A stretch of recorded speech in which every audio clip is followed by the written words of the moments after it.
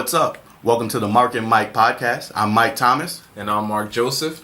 Thank you for joining us again on this being our second episode. We're going to get straight into it. We got a lot to discuss. Our main topic is actually going to be our men owed courtesy in courtship. It's pretty a loaded topic. It's a pretty charged up topic that we're going to debate today. But first things first, let's hit you with some current events. Boss man, what you think about this Monique situation, man? Well, for those who didn't know or, has been under a rock, apparently Monique got slighted by Netflix. She allegedly was only offered $500,000 for a comedy special, and she wasn't having it. And in response, she's asking us to boycott Netflix. So what do you think about that, Mike? It's interesting, man. I'm all for social justice. I'm all for boycotting. As you know, and as some in our audience might know, I've been boycotting the NFL over the whole Colin Kaepernick situation, which is a big deal because this is Mr. NFL here. Indeed, man. I've been watching football for a long time, man, since I was a wee lad. You know what I mean? But yeah, I felt compelled to definitely take a stand in that regard because I believe that the cause was just. So, I look at this Monique situation and I really do wonder, is this a just cause? Is it something that I feel is, kind of like what Malcolm X said, about injustices and atrocities that are perpetrated on people of color by the larger, white establishment or the larger, predominantly white supremacist culture that we live in. And, after all that, I kind of said, I'm good. I don't think I'm going to boycott Netflix. At the end of the day, and maybe this is just the lawyer in me talking, or maybe it's just, the hustle coming out, to be completely honest. I just kind of feel like it was a negotiation. They thought you were worth a certain amount of money, and you disagreed with them.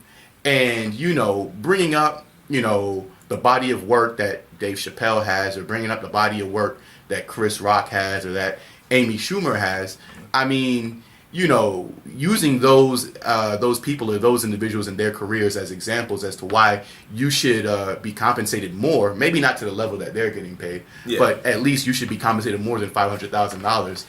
I mean, look, at the end of the day, there's a level of nuance and a level of a particularity that you have to look at their situations with as opposed to yours.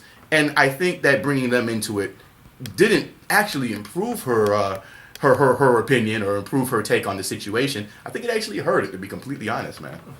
Well, I'll say this, and I do agree with a lot of points. The main point is, I don't plan on boycotting Netflix. And it's not anything because of, my personal involvement having Netflix and enjoying the content on Netflix. One of my bigger issues is this. I feel like, objectively speaking, I don't think there's something here to boycott. First things first, I feel like one of the most powerful things we have as black people is our ability to boycott. In fact, that's what helped lead the civil rights movement. And nowadays, that's a power that we've started using to express our displeasure with certain issues and certain points. And I feel like it's a very powerful tool to get our point across. And I do agree, I feel like it was a negotiation issue. And for Monique to say, I want to boycott Netflix because they're not giving me the numbers that I feel like I'm entitled to, and it's because I'm a black woman, okay, fine. The reasons that she gave up, and I didn't mention this before, was apparently she went on Sway in the morning on Sirius and said that she is, and I'm paraphrasing, she is one of the most, I believe, accomplished, decorated comedians alive. And I feel like, in so many words, look, I'm not going to disrespect how she feels about her position in comedy and her influence in comedy. I'm not going to knock her as a black woman. But I feel like there's a couple other people who can disagree with that, or other people can disagree with, including Dave Chappelle, Eddie Murphy, and a host of other people, Whoopi Goldberg, who has an EGOT. and one of those EGOTs, which is a Grammy in a comedy album. I mean, I feel like these are people who can obviously, make that claim as well. What I will say is this: objectively speaking, I need more before I can agree with this boycott. And Netflix as a company, I don't know where they stand in regards to race. I know they have shows like Dear White People. They redid the Spike Lee joint. She's gotta have it. Yeah, absolutely. So I can't sit there and say that Netflix has a history of disregarding the black, the black culture, And I have friends that I'm familiar with who's apparently trying to get shows on Netflix as well. But at the end of the day, I feel like objectively speaking, you did not give me enough, and I think a lot of other people agree based on the responses I've seen, that for us to decide to group boycott. I mean, there's so many other things and issues that do need to be boycotted, and for us to throw up this power when, you're displeased with negotiations, I just can't agree with. So that's going to be my position on that. Oh, no, understood. It's funny because I think that Monique also has, kind of built for herself a reputation in Hollywood, in the industry. Are you talking about her beef with Oprah? Her beef with Oprah, her beef with Lee Daniels, which, by the way, it's interesting that, she claims, to be the most decorated comedian alive, right? She didn't say black, white, male, female. She said alive. She said alive, right? Yeah. But it's interesting that she said that, and apparently she won a vast majority of those awards for her role in Lee Daniels' produced Precious. Yeah, that's which is a very interesting and ironic. Yeah, very ironic situation to kind of omit or leave out from that. Very convenient as well. But but I digress. I'm not mad at Monique. I'm not angry with her. I'm not upset with her. Agreed. I'm a firm believer in people getting what they're worth. Yeah. A quick story. I'll never forget this. Like I said before, up until this past football season, I was a huge football fan. And I remember years ago, there was a wide receiver. He actually went to Florida State University by the name of Javon Walker. And he played wide receiver for the Green Bay Packers. He was drafted by Green Bay, where he caught passes from the great Hall of Famer Brett Favre. Yeah. And I remember one off season. This was, he was still on his rookie contract. He was making about $900,000 a year. And I'll never forget this. He was holding out. He wanted to get paid what he was worth. He was putting up great numbers. He was one of the top receivers in the league. And he was going into his final season of his rookie deal, and he wanted a financial reassurance from the Green Bay Packers that that he'll be set, and of course, and especially in whether it be football, sports in general, or even professionally speaking, don't get it twisted. You're supposed to be paid what you're worth, and being paid what you're worth is a sign of respect. It's the sign of respect, and it's a sign that the company sees you as important. With that being said, he held out for more money. And I'll never forget, Brett Favre was on TV, and they asked him a question about, what do you think about your star receiver, Javon Walker, holding out, right? And, Brett Favre tried to hit him with the company football line. Brett Favre, who makes $20 million a year, was now here commenting on this young man, 24 years old, making $900,000 a year. Oh, he needs to get to camp, and he needs to play, and he needs to take the field, and almost as if it was destined to happen, less than a week later, Javon Walker ended his holdout without a contract. He reported to practice in training camp. He tore his ACL. He never got that deal, that lucrative contract from the Green Bay Packers because he tore his ACL. He hurt himself. And that always reminds me that at the end of the day, I don't have a pot to piss in when it comes to what Monique feels or thinks that she's worth. She knows her value far more than I do, especially when it comes to her brand of entertainment, her following. I've never been a huge Monique fan, but I don't need to be. But I just, what really rubbed me the wrong way about the entire situation was more so the response from people. You know, listen. $500,000 is a lot of money to me. And, Agreed. You know, and the truth of the matter is, you know, do I think it was discrimination? I'm not ruling it out. I mean, Netflix at the end of the day is also a business, and they also come into these situations with, you know, preconceived notions about the entertainment that they're trying to sign for these shows. You know, Spike Lee, you know, as decorated as Spike Lee is, maybe he was severely undercut at the bargaining table when he approached them about doing She's Gotta Have It. I have no idea. What I do know is his show is on Netflix, and I watch it. Yeah. But with that being said, I really do feel like it's okay for Monique to be upset about not getting paid what she feels she's worth. It's okay for Netflix to say no. Yeah. You know, talent-wise, I feel maybe, put it this way, talent-wise, if Tiffany Haddish was approached by Netflix to do a special, would she be getting paid $500,000 for it? Probably not. Probably a little bit more, right? Not right now. Not right now. She's hot right now. She's on the wave. She's killing it right now. Yeah. She's killing the game right now. And I think that's the nuance that we really have to look at this discussion with, because, you know, I'm all for, you know, definitely sticking up for the black woman, especially when it comes to compensation, because I don't care what anybody says. And I also think that statistically it's a foregone conclusion, empirically it's a foregone conclusion, that black women are undercompensated, especially in Hollywood. With that being said, I don't have enough to go on to say that was the case.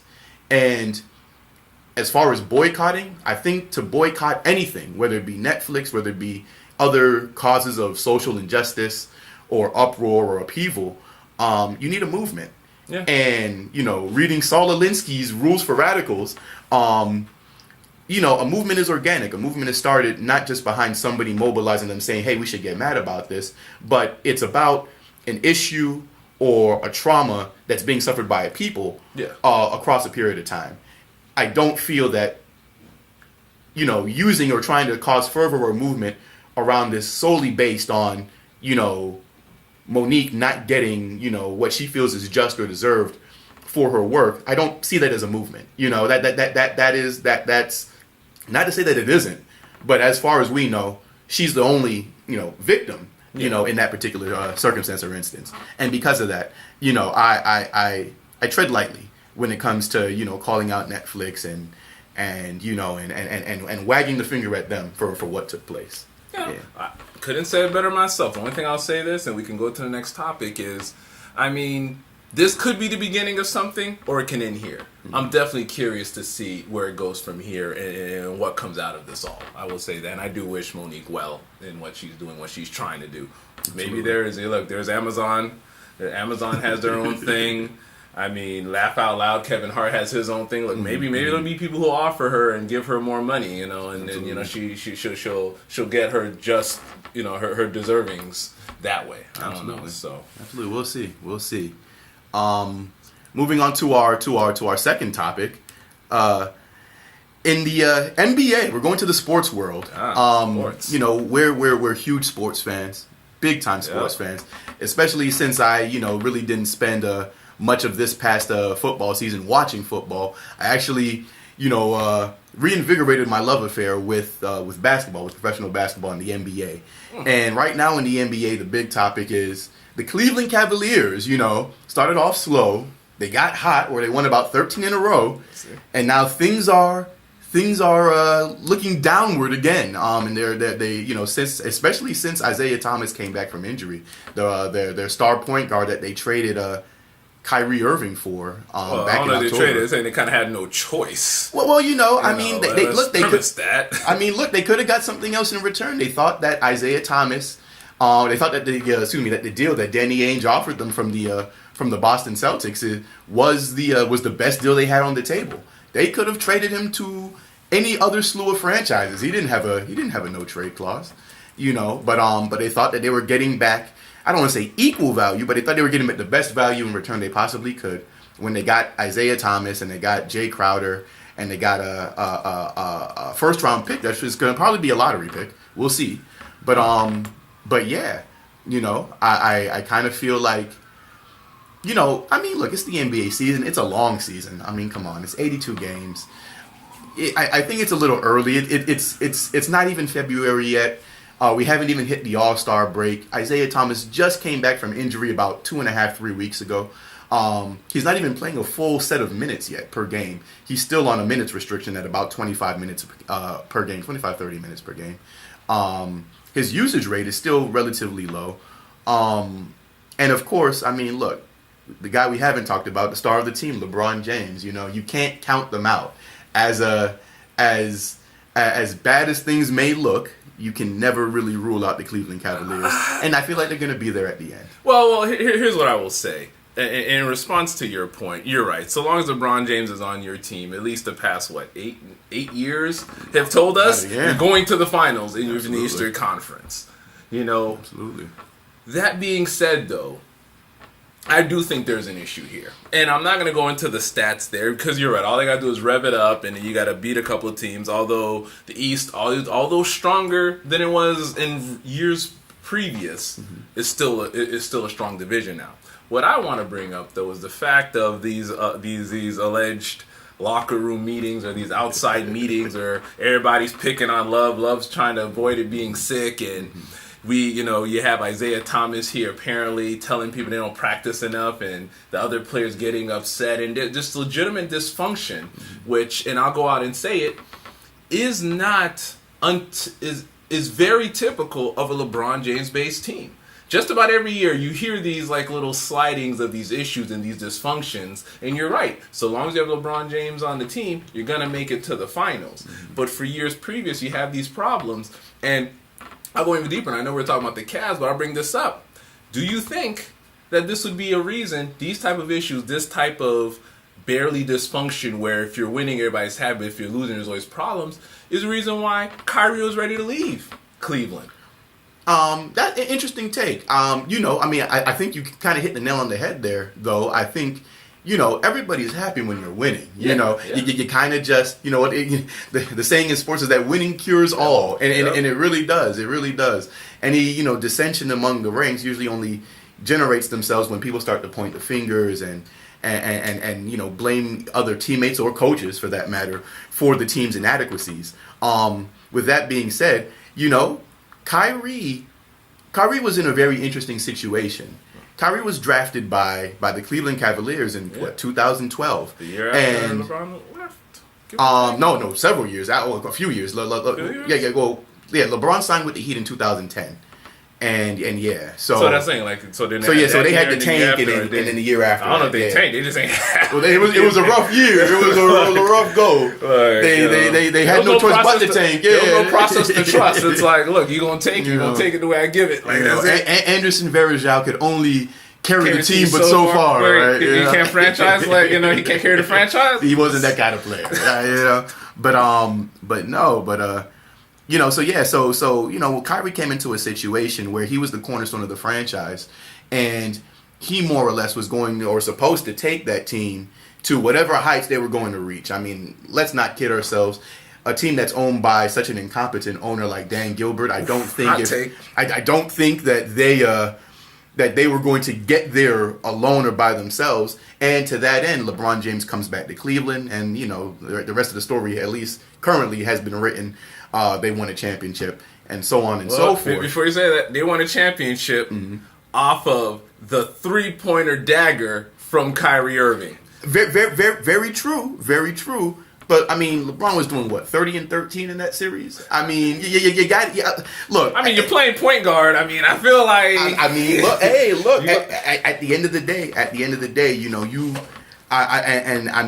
LeBron James, for my money, is, in fact, the best player in the world. We can incubate guys like Kevin Durant, and we can say, Kevin Durant's a great player. And of course he is.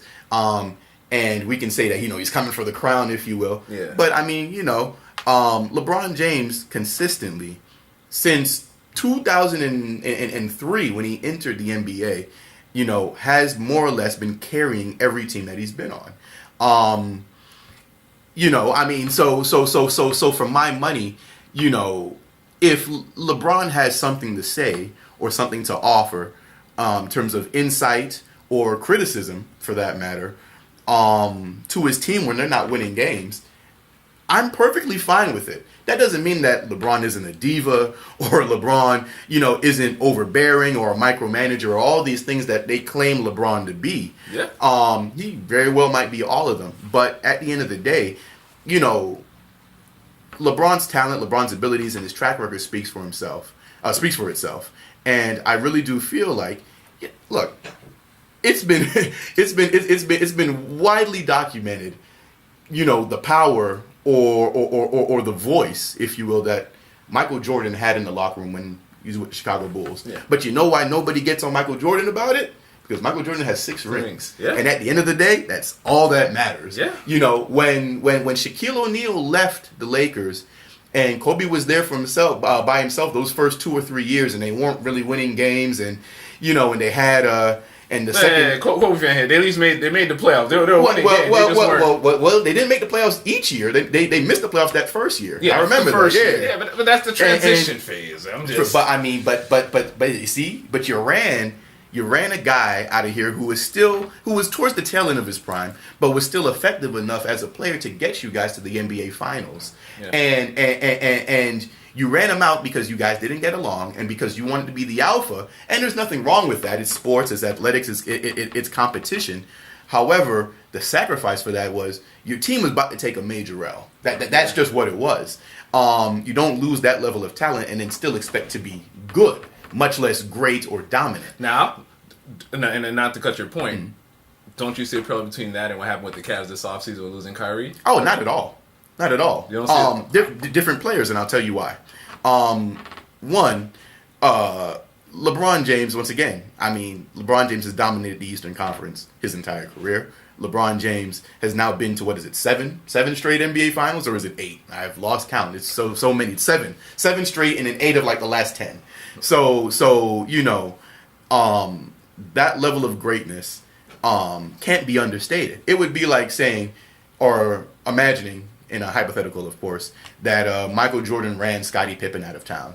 If Michael Jordan ran Scottie Pippen out of town, Michael Jordan is still winning games. Michael Jordan is still going to the playoffs. They're going to still be a top seed in the Eastern Conference, and they're likely still going to the NBA Finals. That's not to take away anything from Scottie Pippen as a player. Scottie Pippen's a great player. Scottie Pippen's a Hall of Famer in his own right, and you can't take any of that away from him.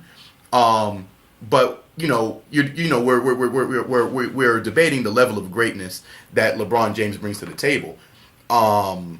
Kyrie wanted to be that guy.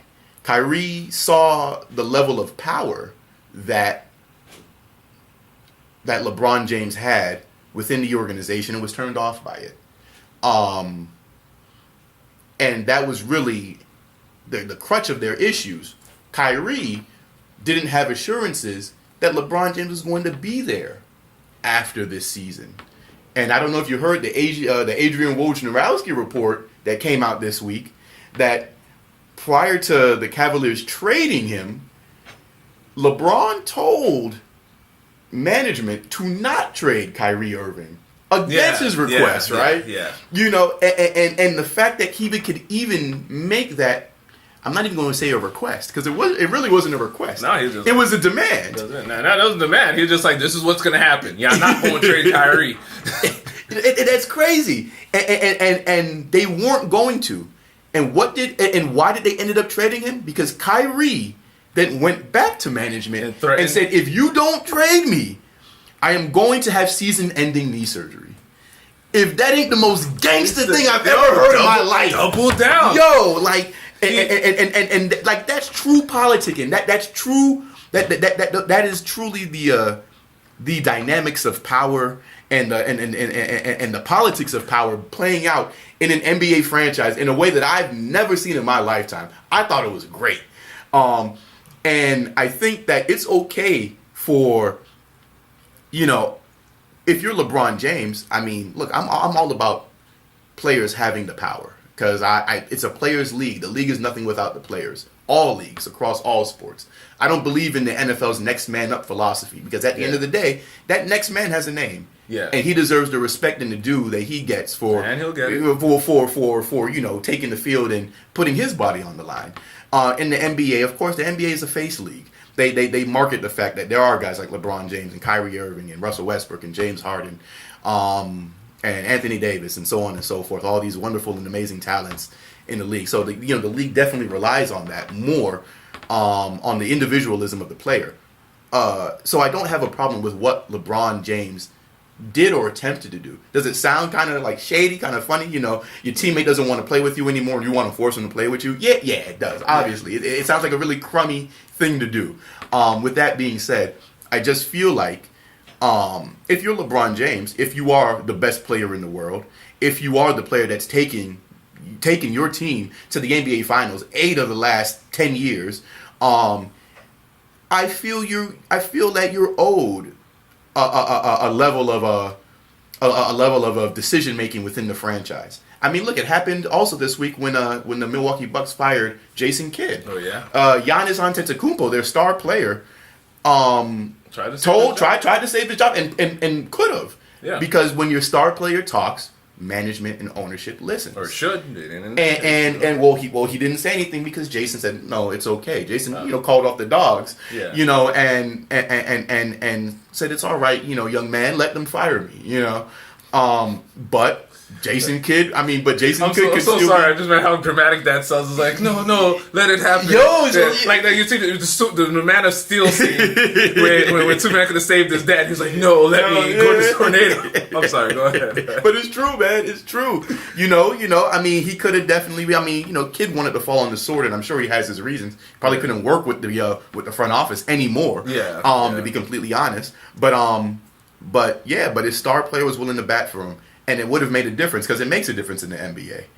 That stuff is very important. Let's be real. LeBron James got David Blatt fired and got got Ty Lue hired. Stepped over Lue. The last time I seen Ty Lue until he was a Cavs coach was being stepped over by Allen Iverson. Now, mind you, he had a pretty lengthy career after that, but that's all we remember him for. That's all I remember. I remember him having one really good game, light skinned dude with braids, real game. So it's like this guy's gonna shut down Iverson, and he got stepped on Iverson. Iverson crossed him up and stepped over him. Never again. I tell you, man. But yeah, and he has that blank look on his face. It's just he can't grow facial hair. And that's a thing. Look, he looks like a young man. Looks like Steph Curry in 10 years. So it is what it is. They all look alike. Nah, Steph rugged now, man. Steph got the grizzled beard, right? He got the blowout now. Look, I should be like, you're coming home. He's like, I'll come when I want to come home. I do what I want. Stop stressing me, woman. You're making us Yeah, man. Go back to bed. Leave me alone. I'm with the guys. Right. I'm with Clay and Draymond right now. Don't leave me alone, woman. Man. We're at the strip club. Anyway, so man. But nonetheless, I'm sorry for all you Steph Curry fans out there. If I tainted your image of him, I'm sure he's a humble servant of the of the cross. Of the cross, yes. He's a pretty good guy. He's a good role model for the league. And quarter Haitian. Saying it right here. His mom was half Haitian. Look it up. If you ever get a chance to be around Steph Curry, ask him sock passe and see what he says. I'm waiting for it. I want it. Yeah, but he's West Coast Haitian. That's different. Oh, that's good. No, they're just super bougie. Laissez-faire, yeah, man. Very. Yeah, he's gonna speak to you in France. Parlez-vous français. Nah. But I want that, and we're gonna have to have a topic here, by the way. All the Haitian celebrities. You can feel free to have your Antiguans and St. Thomas. We'll announce Tim Duncan and all that. But we're gonna have that. But go ahead. We will do. So back to the Cavs. But I feel LeBron is entitled to have that level of authority within the franchise because he does so much for that franchise. He does so much for that city. Talk about literally putting a city like Cleveland, putting a state like Ohio on your back. Whether it be economically, politically, he's done so much for that city and for that state that I think he's entitled to have that level of say or that level of authority within the franchise. With that being said, I understand that stepped on Kyrie's foot, and I understand that's why Kyrie wanted out. And I'm glad he got out. I really am. I'm glad that he was able to maneuver out of there using his own jostling and power and his own authority that he had to make that deal. I have no problem with that. As it relates to the Cavs now and how they're doing moving forward, They'll be fine. What are they? What is it? 28-19 now. They're 2019. They're They're in the third. They're gonna make 2 games. Fourth, the Heat. So they were 2-3 games behind the Heat. I mean, in front of the Heat. You know what I'm saying? Shout out to them. You know? They're gonna be fine, man. They're gonna be there at the end. They're gonna be there at the very least in the Eastern Conference Finals. Yeah. Probably playing the Boston Celtics, Kyrie's Celtics, and they have a good chance of going back to the finals for what would be LeBron's 9th time in 11 years and 8 times straight. So I mean, I'm not worried about them, though I do find it entertaining. Some of the things that are going on now. And I also do find intriguing the prospect of LeBron leaving after the season. And I'm sure we'll talk about that at a later date. No, of course. and I'll put my last point to it. Out of all of this, poor Isaiah Thomas. This guy, journeyman at one point in the league, gets one good season, turning it up, tearing it up offensively. Comes back, doesn't even get to play more than 20 games. He's not even 10 games in. I mean, he just got back. And he's going through all of this, and so I mean, and for the record, I think Kyrie in his own right can make those type of demands, and I agree.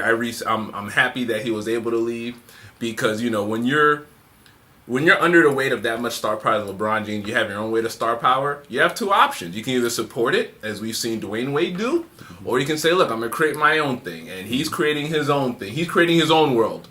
Flat or otherwise, different conversation, but he's creating his own world in Boston. So I'll leave that at that. So I want to get to our third topic, though. Absolutely. About the Breakfast Club interview. Absolutely. What's this young woman's name? I don't watch Love and Hip Hop Miami. Amara La Negra. Yeah. I know it's the Black. From Miami. So Amara the Black. Yeah, man. From Miami. From Miami, man. Dominican from Miami. Did she say she was born Dominican Republic? I think she said, or both her parents are Dominican. Yeah, both her parents are Dominican. Yeah. So for those, again, who don't know, Breakfast Club interview comes on. She's on there, and they get into the discussion. She makes the point that there's colorism coming from the Latin market. And apparently DJ Envy and Charlamagne the God wasn't as familiar with this, and this became an uproar. One of the main points made is that they didn't see these type of issues, and they compared her to Cardi B and and things such as that, and it kind of missed the point of the issues that Black Afro-Latinos face within the industry, or Afro-Latinos in general, and more so of a complexion issue. Well, to add further context to it, Amara La Negra is popular, largely. Well, she's very popular, extremely popular in South Florida because she's a Latin music artist. But in addition to that, her platform has grown massively over the last month and a half due to her exposure on VH1's hit show Love and Hip Hop, the Miami edition, obviously here, and yeah, it's very interesting because one of the issues or one of the topics of discussion that was seminal to the first show, and then also seminal obviously to the Breakfast Club interview was that issue of colorism, and why it became such a highly debated and such a highly contentious topic is largely because of the conversation that she was having with a very popular South Florida producer regarding her image, regarding her brand, and regarding, her being able to make music and her being able to, further her brand and further her image beyond the South Florida community, beyond the local market, beyond the Dominican market at that. And that's what ultimately segued into the issue of her being Afro-Latino. And on the show, her hair and her skin color, for that matter, were met with quite ignorance and quite vitriol, if I may say, from the gentleman that she was discussing this with, from the producer, and that's kind of set the stage for the debate that we're having, in social media circles today regarding the Afro-Latino culture and how it's been viewed, not just domestically, but also just worldwide, internationally. And, like I said, I personally didn't take as much offense, with the Breakfast Club interview as a lot of people have. I mean, I was explaining this to you and a few other people earlier in the week. As off-putting as it may have been for Charlemagne and for Angela Yee and for DJ Envy to be so ignorant about the topic of the effects of colorism and shadism in Afro-Latino communities, or in Latino communities, excuse me. I think it's a bit over the top for us as consumers and as the public and as people that are watching The Breakfast Club, and and I do watch it. I guess I'm a fan. I watch it enough to where I should probably consider myself a fan. But I just kind of feel like, I think we're giving them a hard time.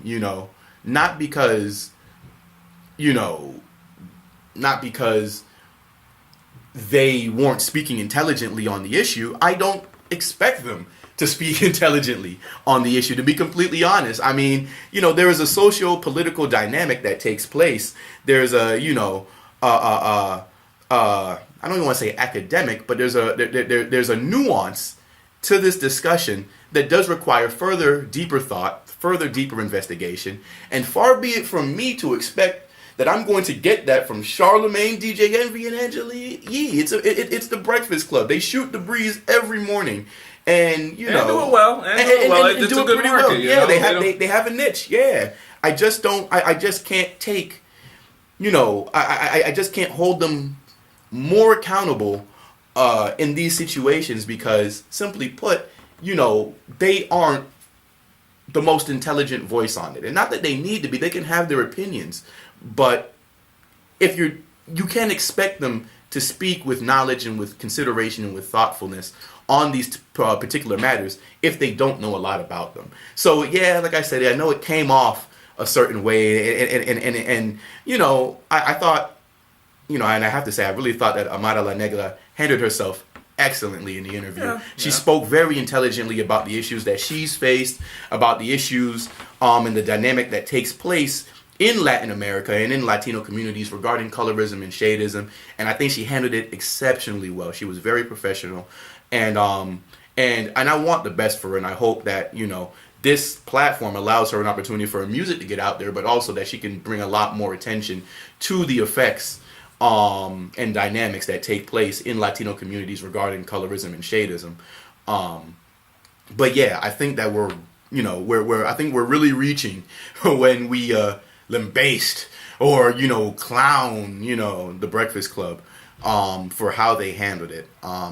Was it the best way? Of course not. But you really can't expect that from them. They're an entertainment platform. Well, I will say this. It definitely seemed obvious, and I think they later admitted to it. The fact that they just, first off, I think they were talking about two different issues, because I think Charlotte made a point about, I look at Hollywood and I see, and I see that there's more roles for black women, and then, DJ mentions, I don't see that when I'm around. So I think what happens is they kind of missed each other when they had that conversation. Absolutely. And I do think that Miss La Negra, yes, her position, her position is warranted, and I'm glad it's out there, and I like that, given that, in a show type of love, show like Love and Hip Hop, a lot of it is, I don't know whether it's staged or, whatever, but I think there is some sort of script involved, but the fact that was a point made and point addressed there, I really do appreciate. Coming from South Florida, I think we have a special appreciation for it. Absolutely. Because there is, there's not just black and white, and then there's the Spanish culture. You have the Cubans, you have the Dominicans, you have people from all over Nicaragua, Panama, all these other countries, and then you have this subsection where they consider and deem themselves Afro-Latino, Afro-Latina. Mm-hmm. And that being is that although they're from these Spanish-speaking countries, they're black people. In summary, they're black people who speak Spanish. Absolutely. I mean, I've gotten a chance to go to Cuba twice, and so many. There's the color difference from as white from as dark. It's a spectrum. There's absolutely a spectrum, and the fact that she's saying, and she doesn't even get into that. She's just saying, look, there's a colorism. There is a preference for lighter skinned Afro-Latinos or Afro-Latinas, or even lighter skinned Spanish speaking artists. I'm going to simplify it like that because her market is the Spanish speaking market, and that she's falling in these issues.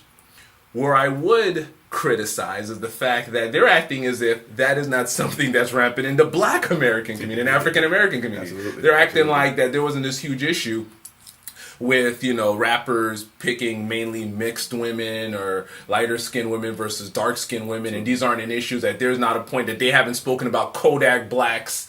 You know, shout out to South Florida and Kodak Black Haitian, you know, but, you know, his points about not wanting to deal with, you know, darker skinned women and lighter skinned women for whatever reason, they're acting like it's something that can't even be, you know, like they couldn't understand it, couldn't see the point. So I definitely think they missed the mark. That being said, we have the convenience of being able to have a couple of days digest to look at other points, look up articles, and, you know, see different people's points, ask people, and they didn't. So I mean, I'll give them this credit. Obviously, I mean, yeah, we have our product. They have a much higher level platform, and, you know, they're going off the interview that they had there. So I can't blame them on that, and I won't criticize them on that. You know, obviously we're here, they're up there, but, you know, there should have been some sort of research done. There should have been something there, at least to know what type of scene, because I didn't even know who she was, but I've seen that clip online, and I feel like they're active enough on social media they would have as well. But all that being said, I am glad that conversation is coming out, because there are those differences, and a strife of a Black person of any consideration, including Afro-Latino, Afro-Latinas, needs to be acknowledged as well, especially if it's colorism within an industry or something that needs to be changed like that. Absolutely. So, absolutely. I'll leave it at that. Completely agree. All right. So those were our current events, and I think that provides a very appropriate segue into our main topic. Yes. Which is, are men owed courtesy in courtship? Yes. Not necessarily dating, in courtship. Yes. Yeah, I mean, there's certainly so many ways we can go about it. Having this discussion, in conceptualizing this idea, you know, what really came to mind was, you know, how women respond to men who approach them. And, you know, as we were, you know, kind of doing our pre-show meeting and kind of just getting things together, you know, you brought up a really good point, Mark, when you said that you certainly don't want to crowd out the dynamic of how women feel when, you know, they're approached by men. And more or less, I mean, I think that's what this topic really is meant to uncover, if you will, meant to elaborate on. Largely because, I mean, as far as I'm concerned, you know, I think that there is an appropriate way to approach a woman. And I think that way, in terms of, you know, that level of appropriateness, I want to say, I don't want to use the word standard, because, I mean, you know, men approach women in a variety of ways, in a variety of circumstances and instances. But I will say that when just on a basis of respect, and for any reason for that matter, it doesn't have to be for trying to get to know somebody personally or intimately, but just you know, if I wanted to come up to you and ask you, you know, what you're wearing, you know, or something like that, you know, there's a certain way that a man is supposed to go about approaching a woman with respect, with courtesy, with kindness, and I think that's pretty. I don't want to say, once again, I mean, not to say that it doesn't happen this way, because Lord knows it does. We all know that, you know, that there are definitely men, and unfortunately more than I care to admit, but there are definitely men who approach women aggressively, over assertively, and that's beyond inappropriate.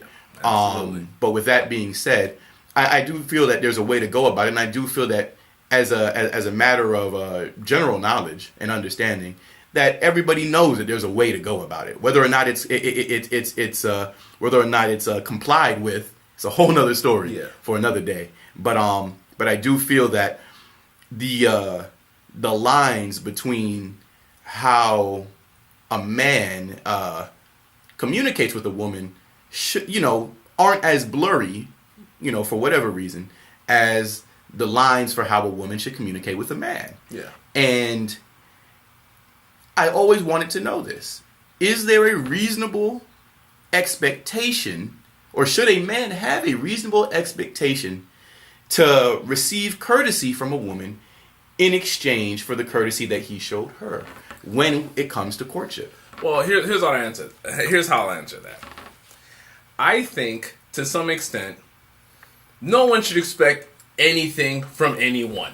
Period. Especially someone you don't know, because and I believe we're speaking in a context of someone that you don't know, somewhere that you say, look, I see someone, I like her, maybe she did something, how she looks, how she carried herself, whatever. I want to introduce myself to her.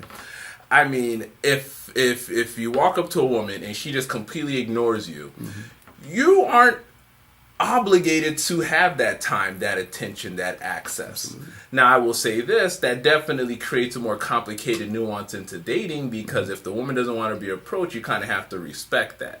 And I would also like to note that we're obviously talking about how men approach the woman, because, you know, the way a woman would approach a man is a completely different dynamic and has a bunch of different layers to it, not ignoring that. But keeping to the topic, I mean, it's tough as a guy. I mean, there's a lot going on there. There is the nervousness that comes, because one of the reasons why you may be interested in this woman is because this woman stirs some sort of feeling in you, emotion, just, you know, like something that grabs your attention, whether it be physical or mental.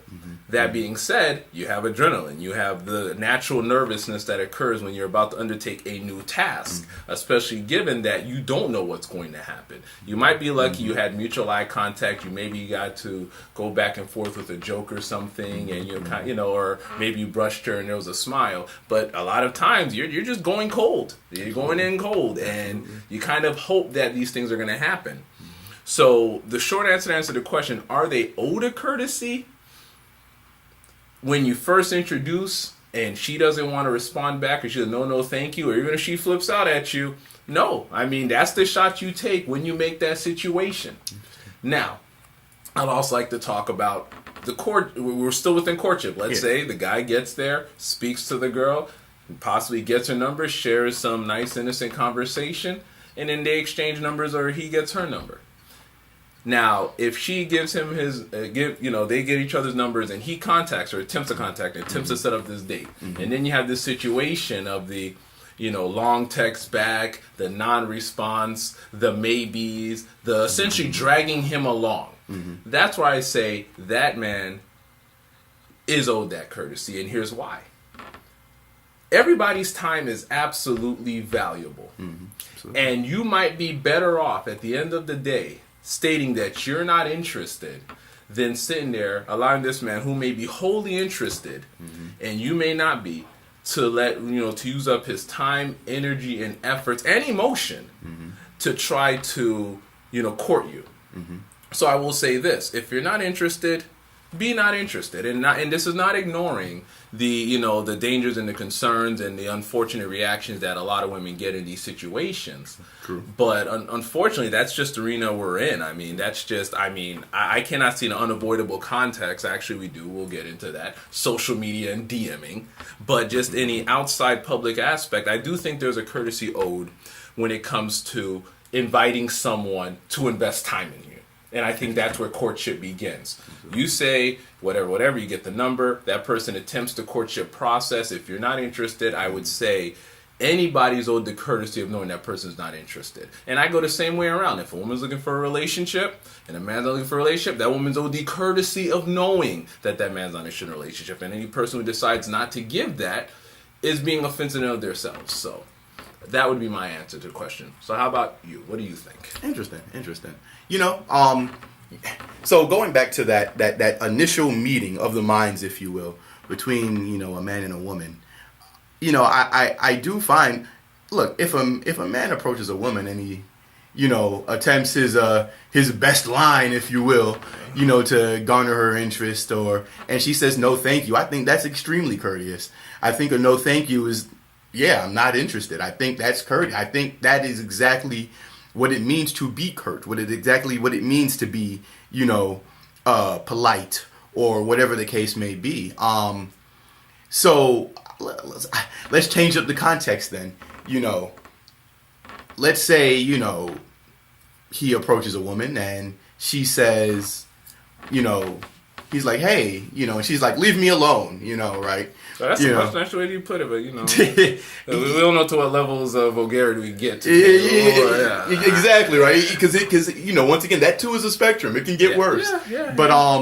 But you know, I always find that interesting, and you know, like you said, you made a great point there. That at the end of the day, like, I don't know this person to owe them anything. With that being said, I changed the context to say maybe I was in a grocery store, right? Or I'll give you a perfect example because everyone's familiar with this one, you know, which more so goes into chivalry than not. Well, chivalry and courtesy are, you know, there is a relationship. They're adjacent to one another. Yeah. But if you open the door for a woman, right? Yes. And she walks in and she doesn't say thank you or, you know, acknowledge the fact that you, doesn't have to be words. Sometimes it's a head nod or whatever the case may be. You know, how does that make you as a man feel, or just as a person? Not even necessarily playing into gender roles and stereotypes, but as a person, as an individual, how does that make you feel? Okay, well, and I'm going to give two contexts. A younger Mark, more or less developed pre-444 Mark, so to speak. I would feel offended. I'm like, yo, how dare you? Like, I open the door for you, you just kind of walk in, you don't acknowledge me. I'd personally get offended. Mm-hmm. Nowadays, being older age and experience, I will say this. I do not open the door out of the courtesy, the assistance of the other person. I mean, unless they're legitimately handicapped and unable to do so. Absolutely. I don't do it because they need me to do it. I do it because I want to do it. And I do it because there's a way I operate myself nowadays. And I try to maintain that regardless. Absolutely. So if you're not going to say thank you or whatever, I don't do it to welcome the thank you. Yeah. I do it because I feel like that's what I should do. Absolutely. You know, Absolutely. So that being said, I can see both sides of it. Mm-hmm. You know, especially if, you know, they're not entitled to have me open up this door. I can sit there, take a step back, wait for them to open up their own door, heavy or not, and let them do it themselves, and then open my door when I'm ready. But as a courtesy, if I know there's someone immediately behind me, I let them in first. So Absolutely. And I think that's largely where, you know, when this topic came up, where I thought we should definitely go with it in terms of, you know, at what point is it appropriate for the interjection of legitimate courtesy and thoughtfulness for the other party's time, for the other party's effort, resource, whatever it may be. You know, when does that begin? And you know, and most importantly, even, you know, before that, even up to that point, you know, should a man ever, you know, I guess, if you will, expect a woman to address him in a way that matches or exceeds the level of, you know, I guess the level of respect that he feels he's giving.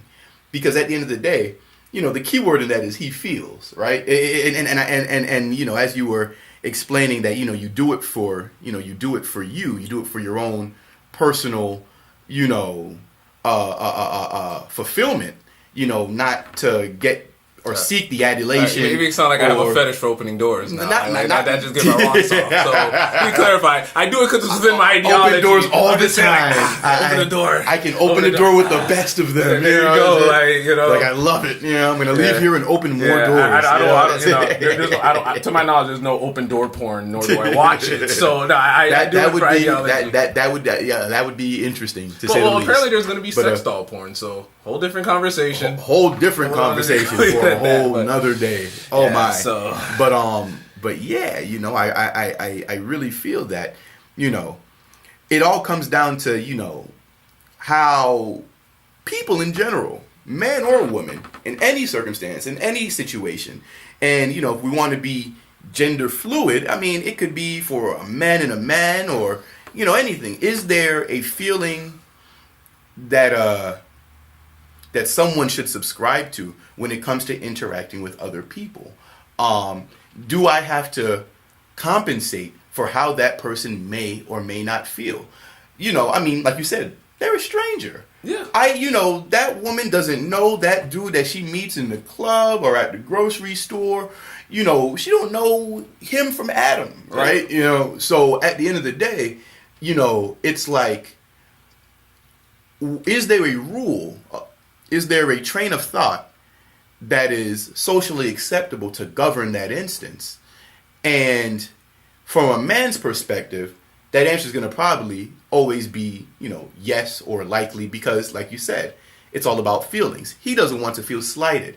It's one thing to be turned down. He doesn't want to feel like he's been disrespected. Yeah. And then of course there are those men who swim in the waters of toxic masculinity, where if they're respectfully turned down, they feel as if they've been disrespected.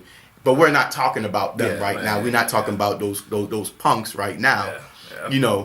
We're talking about someone who is legitimately thoughtful and who can appreciate and understand nuance, kind of feeling, hurt, or kind of feeling, a kind of way that, at the end of the day, when he approached a woman with all appropriate and respectful intentions, that he was met with a little with a level of hostility that he wasn't ready for. Yeah, I understand it. Like, I mean, I guess in inference, in a single Mark, would agree with this. It's like you're trying to involve yourself. Like, obviously, you don't know this woman. She's living her life. She's living within her paradigm and her intersectional life. At some point, you're trying to do your best to creep in there just enough to get an introduction. And you're not trying to completely infringe upon her, but you're trying to do it the most minimum way possible, so it's not offensive to her. You don't create that response. And you have those situations where no matter what, you may get that response, which comes to another aspect in a maybe here and now scenario. Internet dating, social media, meeting people through social media, on dating sites, sliding into the DMs. Does this make dating better or worse for the situations that we're talking about? Social media before the previous incarnation of what we know social media to be, the high school clubs. We're talking like high school club, college club, Black Planet, even MySpace, the even top 8, early Facebook. No, I'm bringing back more. AIM chat room. Oh, of course, the chat rooms, man. Age, sex, location.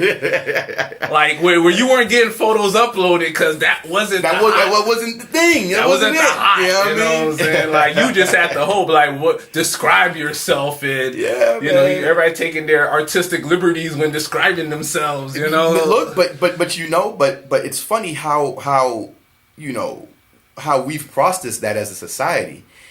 Before, I thought they created a necessary layer of safety, a necessary layer of anonymity that was very valuable to the I guess the dating landscape, if you will, or just to using social media, using the internet in general. I mean, so when you used high school club or college club, for all of our viewers who are familiar with those platforms. At least Black Planet. If you're on Black Planet, open. I gotta hope not. I think so. You better check your GeoCities account, man. You might still have a page. You got Pony lying in the background. I remember old school, Mike. The do-rag on. Oh, you already know, man. That's how we did it back. Oh, man. Boo-hoo jersey on. Look, man. Hey, it worked back in the day, right? You know what I mean? Time flies, man. I tell you. Oh, man, but how we, while how we use those platforms is largely similar to how we utilize them today. The level of anonymity was by far greater. It's stronger. It was, there was definitely a wall to be broken, if you will. Today, with the evolution of social media, the advent of the constant bludgeoning, if you will, of our social media platforms and how they're over involved in our life, this is not going home and signing on MySpace every evening at 9 or 10 p.m. This is not going on to high school club a couple of times a week. This is not going into a chat room when you had some free time. When you're on Instagram, when you're on Facebook, when you're on Snapchat, you are literally available to the world 24 hours, 7 days a week. And not only that, you know, you threw cameras on these phones, you threw videos on these phones, you've given us faster wireless connections to upload these videos on our phones. We have cloud storage now. People are now becoming, and geotagging. You have Tinder. People are literally a part of your life. People that you don't know are living your life with you. And they can get to know you through your social media so much that they know where you are, when you're there, how long you're going to be there, you know. And I think because of that, it's actually added a level of danger, in my opinion, to courtship, for women in particular, to dating, because if they use social media to its fullest capabilities in those manners, in those regards, they've now made themselves more open and accessible, not only to the people or the men that they know, but to the people and the men that they don't know. Stranger danger. To strangers, man. Stranger danger. To strangers. And that, I think, I think that's a problem. And I listen to a lot of women who use their social media accounts, like, you know, all day, and who use it to the fullest of the capabilities, and who go on Snapchat, and who post Instagram live videos, and post Facebook live videos. And, you know, they all very much say the same thing, you know, that they have to be cognizant and aware of the fact that they don't want to constantly put themselves in a position where, you know, one, you know, yeah, you're becoming local celebrities in the sense that people see you a lot because your internet and social media footprint is so large now. Yeah. You know, people know where you are when you're there and all that. But also that they don't necessarily, you know, that they don't want to avail themselves constantly to the opportunities of, you know, people approaching them, men, of course, approaching them. Or women too. Gender fluid, like LGBT, IA, you know. But it's definitely, but I mean, of course, it's always definitely met with a different level of a concern. Yeah. You know, as you know, with men as it is with women. But yeah, it's something that they remain very cognizant about. Funny enough, there's a young woman I used to tutor. This was years ago. This was when, you know, this is when I was still an undergrad, and I used to tutor her. She was in high school, and now she's become like a very popular social media personality, or locally popular, I should say.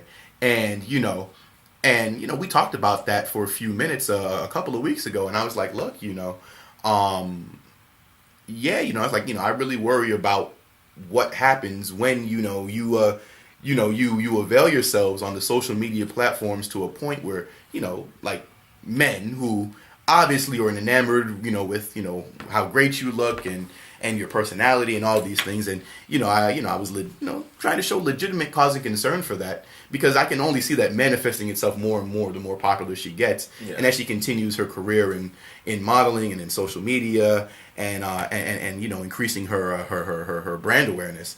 And, you know, and she said, look, she's like, you know, Mike, I worry about that every day, you know, that, and she's like, you know, she leaves the home and she wonders, you know, look, you know, if I'm going to tag myself and somebody sees what sign I'm passing by in the highway as I drive, or if someone notices, you know, a picture on a wall at a bar, you know, and I'm at that bar, you know, I always wonder, you know, what if somebody comes out and, you know, and what if somebody, you know, on that basis, on that premise comes looking for me, or comes, you know, and you know, and that always reminds me that, yeah, like she's owed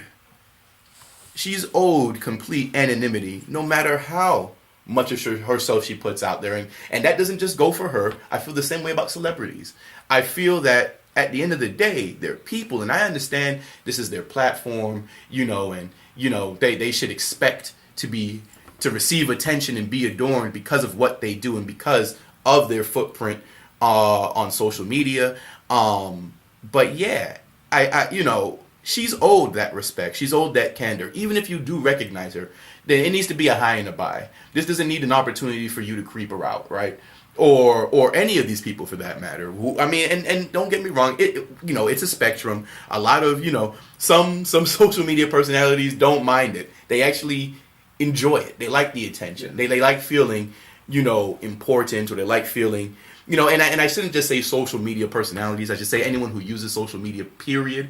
You know, if they're popular for whatever reason, because sometimes you just catch fire. Don't act like you ain't got no fans, man. Oh man, I got about 300 followers, boss. You know, and I'm telling you, I think I know all of them. You know what I mean? Like it's cats I went to school with. You know, and look, you got the Mike Hive. It's cool, man. The Mike Hive. Oh Mike man, Hive, man. you know, I look, Team man. Mike. You know, I was like, hey, look, if they ride for me the same way that the Beehive rides for Beyonce, then I'm in good hands. I don't mind it. I don't mind it. I tell you that. Okay. They can't say nothing bad about Beyonce. So I don't want to say nothing bad about me. You know what I mean? They will run to my aid. Look, I can't either around my house. So. Look, man. Yeah, man. But I will say this. What it sounds like, though, is not much has changed. It's just changed on the platform. Because at the end of the day, the concerns that the women had in the past in regards to a man, you know, directly approaching them, absolutely, as well as even online, whether it end up their online personality gets them approached in person, or they get approached online. Because how often do I hear, how often I see posts, woman posts a post on, let's say,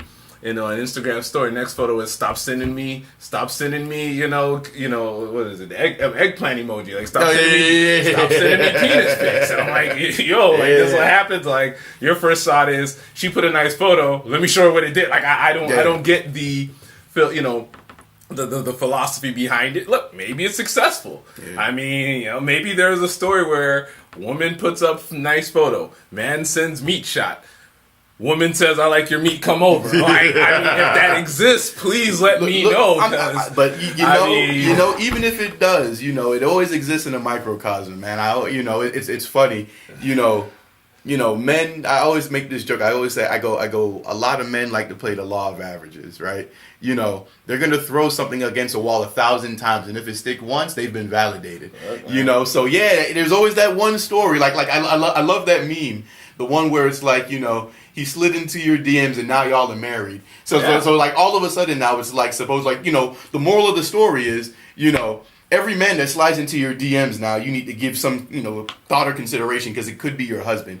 And in the back of my mind, I can't help but just think to myself, a man made this.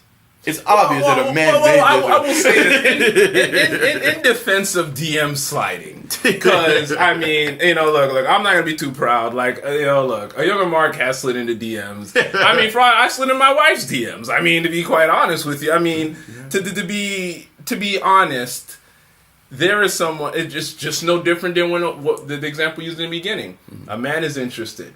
I mean, he might have a little more context because, you know, he has your profile, he's seen these things. Maybe he commented, maybe he gave you some hard eyes, maybe he gave you gave you the eyeball emoji on one of your photos, maybe you responded back. Maybe there'd been some back, or maybe there wasn't. He's interested. He makes an attempt via DM or otherwise. He doesn't publicly do it, although some people do. Some people do, yeah. You know, and then he says, look, you know, whatever, I think this about you, you know, not meat shots, but like, look, I'm interested, I like you, whatever, I'd like to take you out, I'd like to do something.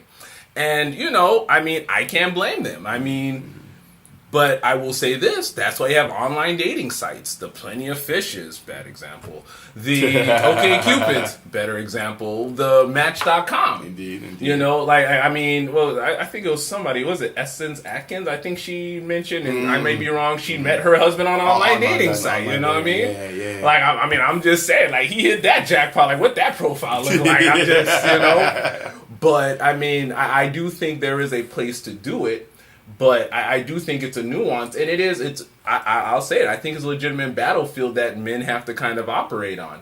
And in trying to find a balance between, look, I am looking for, and I'm presuming that they're looking for a partner. I'm not assuming that you're just trying to grab and smash, you know. But, you know, you're trying to find this partner, you're trying to put yourself out there to meet someone new. You're going to try every avenue possible, and if you find someone that you think you might be interested in because she, you know, and then using it up online, her online persona is something that you find interesting. Hopefully she's the same in person.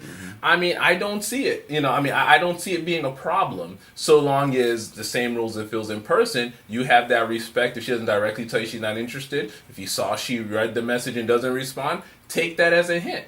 You know, does she, you know, but I do think with online, she even has more anonymity. Like, she doesn't have to tell you she's not interested. She doesn't have to respond. If she does, be happy that she responded to tell you no. Be happy she gave you that much respect. Back off and move on. Absolutely. The benefit of online is the fact that it's not like you're at a club where you just have a finite amount of people. You have legitimately, for the most part, the entire world who's on social media in front of you. So if she doesn't give you the response you like, or if she's not interested, find someone else. Just shut that down. Don't get offensive. Don't decide to disrespect her. Move on. But I was just gonna say that layer of anonymity also works adversely against women, I find, because when, a guy is sliding up into the DM and he doesn't get a response, or he doesn't get the response that he feel he's owed, or that layer of anonymity also breeds more assholes. It breeds more guys who are angry and frustrated and upset with her response. Some guys are gonna keep it moving. Just like they keep it moving if they had seen her or met her out in public. And I think that just comes back to the core issue, or a very, I would say revealing, but understanding. But I think that everyone's kind of gonna play to their roles. How someone is on social media in the DM, is going to be more or less how they are when they're out in public. Their responses are going to, generally speaking, are going to align with one another. If someone's going to be a jerk in public, if a man is going to be a jerk to a woman in public when he's trying to court her and she says no, then he's probably Donald Trump or Hitler when he's sliding in DMs. You know what I mean? Because now he doesn't have to, when you're out in public, I'd like to think, and it's not always the case, and women know this far better than I do, but I'd like to think that men are forced to more or less govern themselves in a way that doesn't obviously, one, get them arrested or kicked out of establishments or any of the, they have other concerns. When you're online, you don't necessarily have that concern. It's mere words, but at the end of the day, harassment is harassment. No, harassment's harassment. Online cyber stalking is a real thing. Cyber stalking is a real thing. Especially here in Florida. I'll start a legal podcast, but it's a real thing, so don't play with that. Man. But it's always interesting how that manifests itself. People are going to play to who they are. That's how they say it in sports. People are going to play, or going to revert, if you will, to who they are, especially on social media. And that might not be a bad thing. It's a good thing in terms of getting to know somebody if you get to that level. But up until that point, there are still rules in place that need to be respected. Especially when it comes to a woman's privacy and it comes to a woman's right to live her life without feeling like somebody who is sliding in her DMs is looking at her or watching her. That's creepy AF, dog. It really is. It really is. And I agree with that. And I also add to it, regardless of how they operate within social media. But because regardless, they are owed that respect. So, and I know we kind of, twist that over to what women are owed, although the theory is are men owed courtesy and courtship. But at the end of the day, you're not owed anything, especially when you decide to involve yourself in in a woman's life and what they're trying to do. That's the risk you want to put in there. You want to go to say, look, there's no safe route in dating. I'm sorry. So, you might be wasting your time. In fact, I'll even go one step further. I tell a lot of my female single friends who feel sad and alone, and I say, look, you feel down?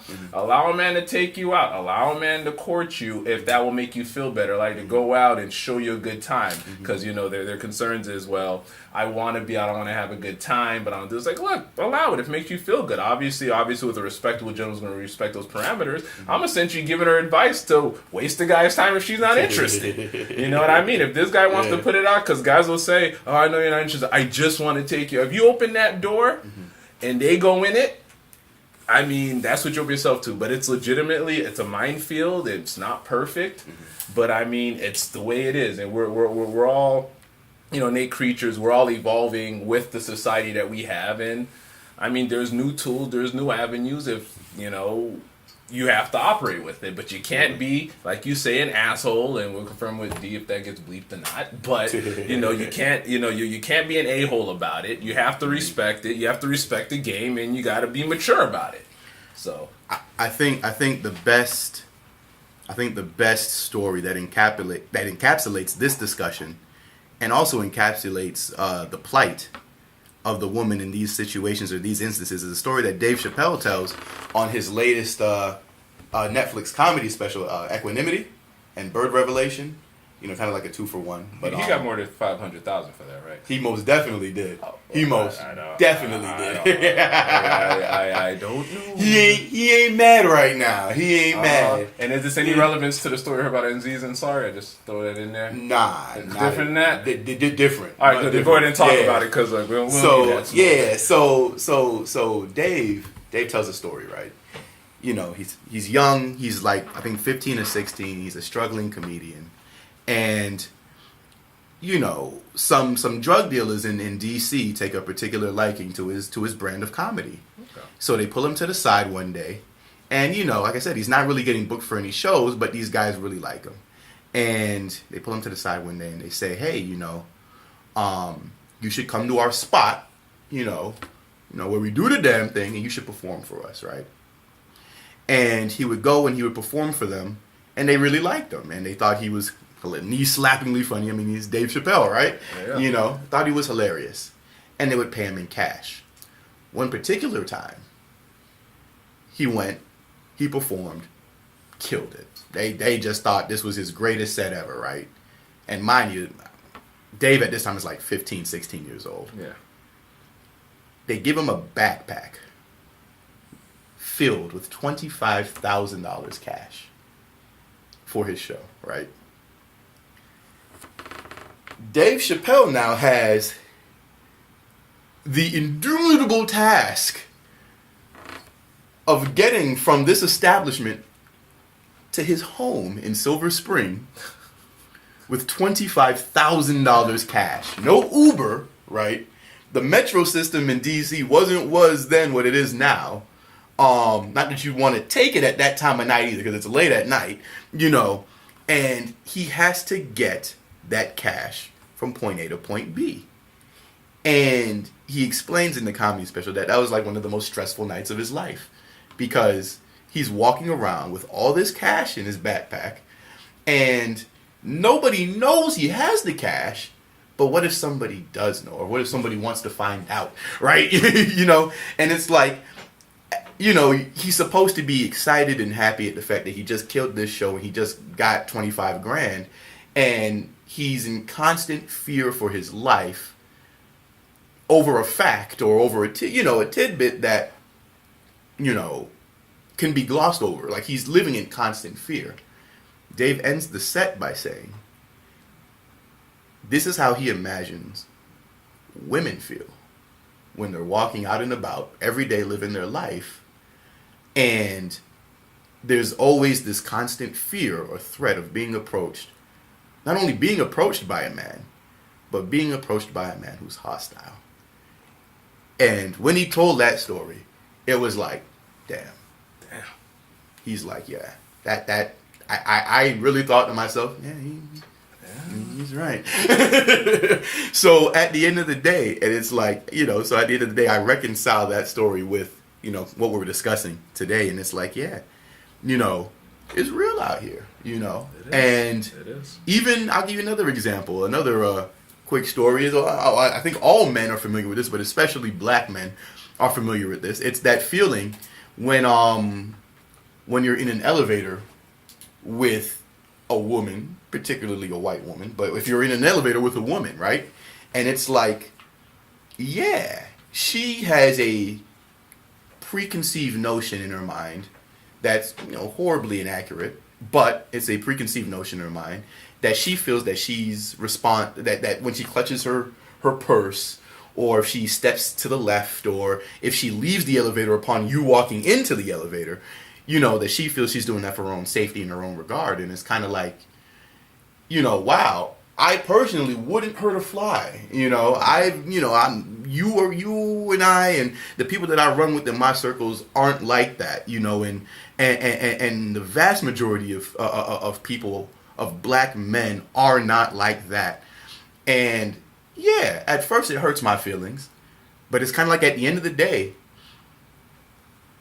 even the white woman, you know, and I don't stick up for the white woman often, but even the white woman, you know, all 5 foot, 85 pounds of her, you know, what if she gets into an elevator one day and she assumes, you know, that everything's hunky-dory and she's wrong, you know, and it's like, yeah, I can get over how I feel. I can definitely get over whatever, you know, offense I took by her, you know, whether it be playing on racial stereotypes, whether it be playing on just social, you know, idiosyncrasies that you know allow for that to happen, that make that a thing, you know. Yeah, sure, whatever, but I mean, I need to be okay with it, because at the end of the day, I'm not her keeper. I don't know her, and she doesn't know me. And lad, she owes me nothing. You know, I might look at it as respect, but no. What is that in exchange for a person's well-being, right?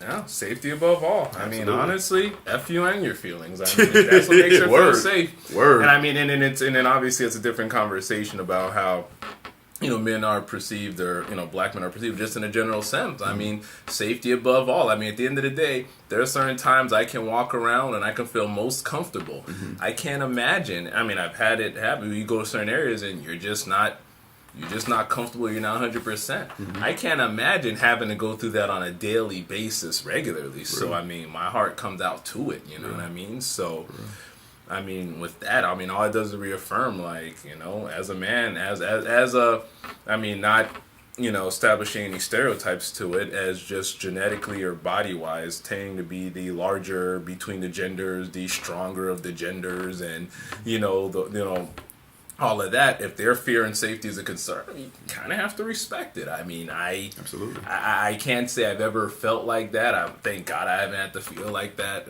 many times in my life, but I have to respect that. And, you know, a lot of the points you made, and, you know, the anecdote about, you know, from the Dave Chappelle comedy show, it's true. I mean, I can't be mad at it. That's real, man. That's real. So, well, that was a very intriguing debate, a very intriguing discussion on on courting, and we definitely went over a lot. You out there in social media world, we would like to hear from you.